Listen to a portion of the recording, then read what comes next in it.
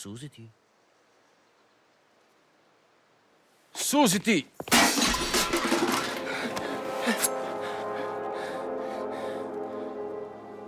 That's how you mine boys say hello. Who are you? Someone who belongs here. Well, not here. Out there. You, though, you look right at home in the big pen.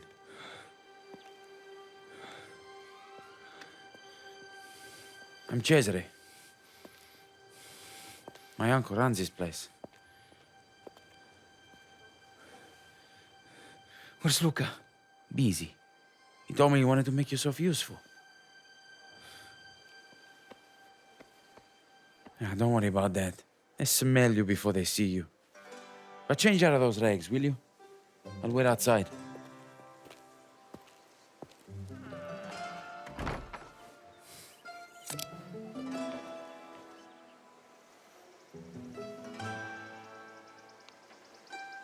This is a series that I've got a weird history with. For the longest time I regarded it as just those GTA clones that some people were really into. I didn't really look much past that, since the little glimpses I saw made it look just like that. It was only a few years ago through Steam and the remakes and definitive editions did I play through the trilogy and finally experience the full story. Which in some ways was kinda like a GTA clone, just with a lot more thought put into the story if I'm being honest. But I don't think I've ever talked about this franchise on my channel, so it's rather fitting that the first of these games I talk about also happens to be the very first game in the timeline. The world is changing, technology is advancing, and the great powers are on course for one of the deadliest conflicts the world has ever seen. But here, we follow the story of men working in the shadows, getting rich while trying desperately to keep their souls intact, and seeing how easily it all falls apart. This is Mafia: The Old Country. Hey, some of Don Galante's associates will be by later with a delivery. Don't fall asleep in the sun, eh? As if I would. Andiamo, let's get going. What? I said, let's get going. Old man on the cart's got a head like a sponge these days. He doesn't hear so well anymore. Loyal, though. Was here long before me. 80 years old and still delivering Torrisi wine across the valley. The Don looks after him then? Don Torrisi takes care of everyone around here, Enzo. You watch and learn today. How long have you worked for Don Torrisi? 20 years, or thereabouts. I lose track. What brought you here? Well, my father farmed cattle up in the hills. Bandits. They came one night. Shot him dead. The Don, he helped me after that. I'm sorry. For once, I'm not reviewing a game with some unique art style or cell shading technique or anything like that. The Old Country is going for as much photorealism as possible, really trying to make use out of my PS5's graphical capabilities. Although, of course, this does mean I had to lower the quality slightly by putting it into performance mode so I could get that smooth 60 frames per second, as opposed to the 30 frames per second I get in quality mode. If you have this game on PC or hooked up to a TV instead of an Elgato like I do, then it's probably a perfectly smooth experience all around, assuming you have, a decent rig. But with my slightly different method of playing and recording, I would notice the occasional frame drops when entering the open world, or when the action heats up. One thing I can't chalk up to the Elgato, however, is pop-ins.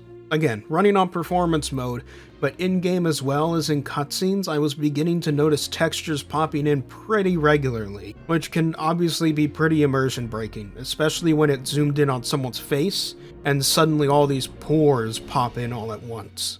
Sound isn't much of a problem though. The ambience and sound effects are just right, giving a good impact to gunshots and making general movement feel realistic and weighty. The voice acting is really nice, the accents are very thick and just fun to listen to, honestly. They even have a Sicilian language dub option in the settings if you want the most historically authentic experience possible. Just be aware though that the characters were animated with English as the language they're speaking in mind, so the lip syncing is gonna look jarring sometimes. And the music, oh boy, the music. It reminds me of The Godfather, it's beautiful. It's both serene yet somewhat ominous, fitting given the beautiful environment of Sicily itself, contrasted by the dark dealings you're getting involved in, and using instruments you would typically expect of classic Italian or Mafia-themed media. But speaking of, what is the story of our newest prequel? A few months left, not long now.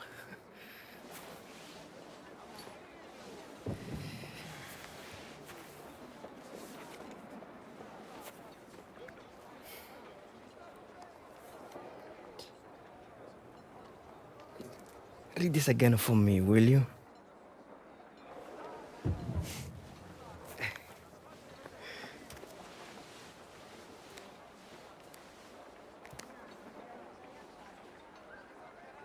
Dearest nephew, I hope this message reaches you in good health.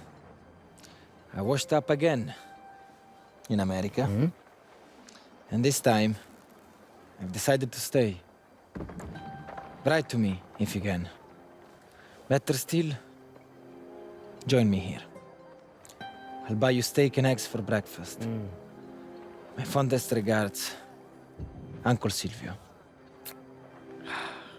L'America. Steak and eggs.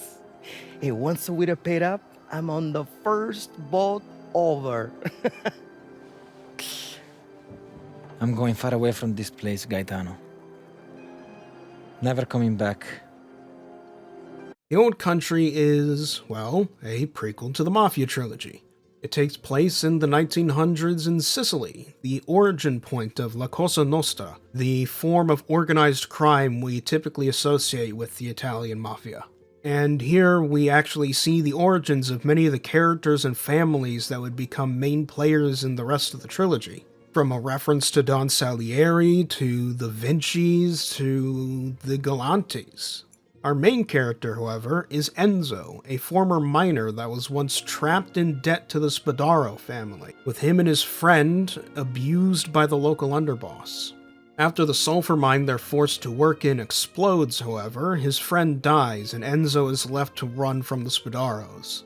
And just when he's about to get caught, he's rescued by men from the Teresi family, including the Don himself, who opts to take Enzo under his wing to prove himself worth the effort of saving. Enzo proves himself more than capable, and soon enough enters the Teresi crime family itself. But of course, revenge, love, and webs of conspiracy abound and slowly begin to unravel everything. Seeing as this is a prequel, we all know where this leads, namely it leads to Empire Bay, thus beginning what would become the first Mafia game, technically. If you have a keen eye and really know your Mafia, you can probably spot the returning characters with ease, like Leo Galante, who you get to see in his 20s here. All in all, it's just about what you'd expect from a Mafia franchise game at this point, for better and for worse. For better, it means the story is nice and dramatic, with some very good presentation, speeches, conspiracies, the whole 9 yards. For worse, it means some questionable missions, such as a car racing mission that really served no story purpose beyond introducing cars to you, long spans of nothing but walking around and dialogue, and following NPCs everywhere. The game presents you with an open world, but man does it not feel like it. And on that note, let's discuss the gameplay. If that's how you want it. Not too late to put away your...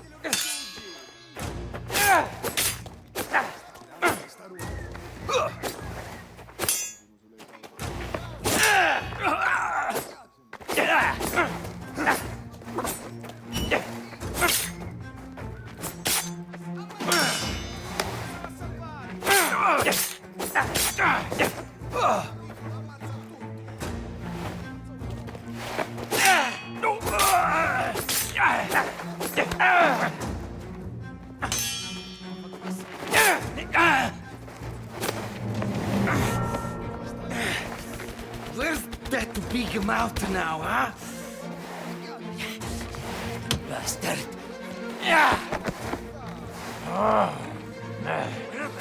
Gameplay-wise, it's also pretty much the same as the other Mafia games, which I would describe as artsy GTA.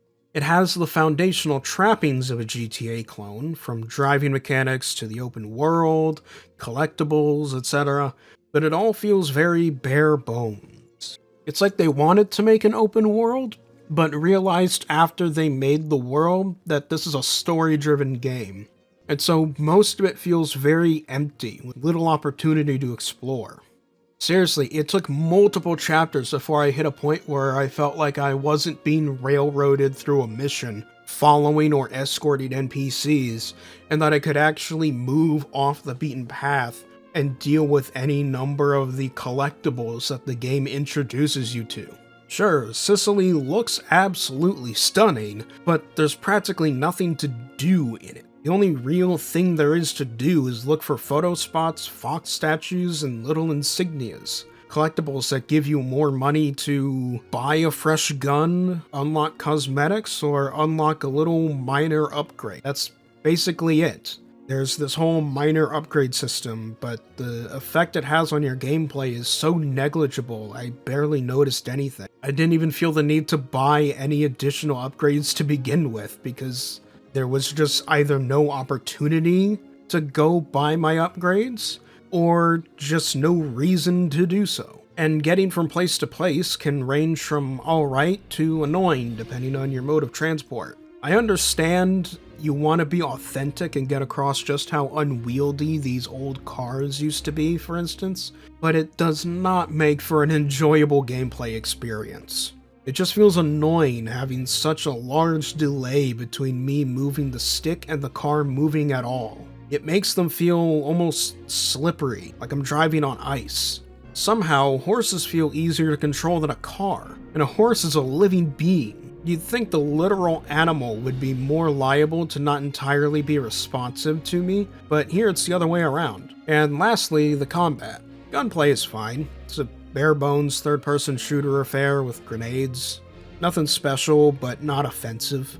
However, the game does have unique knife fights, which are used to serve as the sort of equivalent to boss battles, and you have to dodge and parry your way through an enemy's attacks and take down their health, typically through multiple phases until it finally hits 0. And those can actually be pretty fun, kind of like fencing but with knives, and a lot more blood.